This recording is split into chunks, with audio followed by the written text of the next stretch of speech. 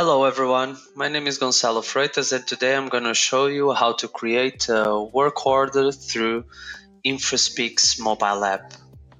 So once you've logged into your Infraspeak app on your smartphone, you will see a menu like this. And for you to create a work order, please click on Work Orders. Then it will open this window. Go to the bottom of your screen and click Create New Work Order.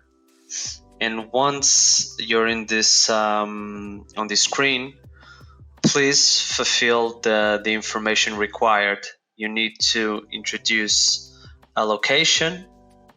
So let's say, for instance, the reception.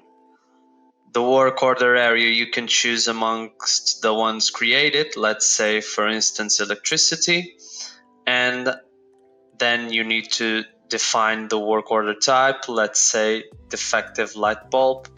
The priority you can set, it can be low, normal, high, or urgent.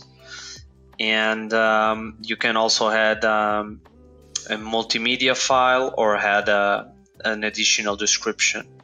So once everything is inserted, click on the bottom of your screen where it says confirm and create new work order. And now you will be able to see that a new work order was already created. Thanks for watching and have a nice day.